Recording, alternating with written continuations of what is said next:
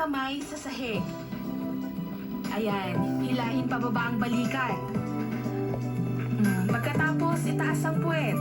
Huminga ng malalim dahil... Ano ba itong nasuotan ko? Oh, kumusta? O, ano naman yan? Pang-massage!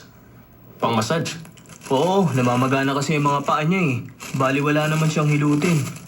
Kaya bumili kami niyan. Sino nagbayad niyan? Galing sa ipon natin.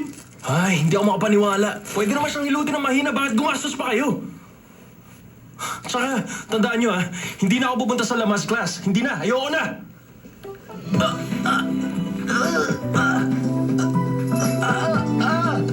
Hindi naman ako ama ng baby. Marireklamo talaga ang daddy ng baby. Kumpara sa mga pinagdadaanan ng mga mami, walang-wala ito. Aray ko. Aray ko, likod. Aray ko. Uy, Likod Ariel, ko. okay ka lang? Aray ko. Aray ko.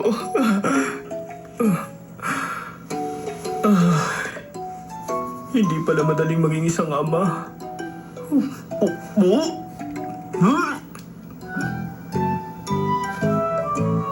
Nasusuka din ako.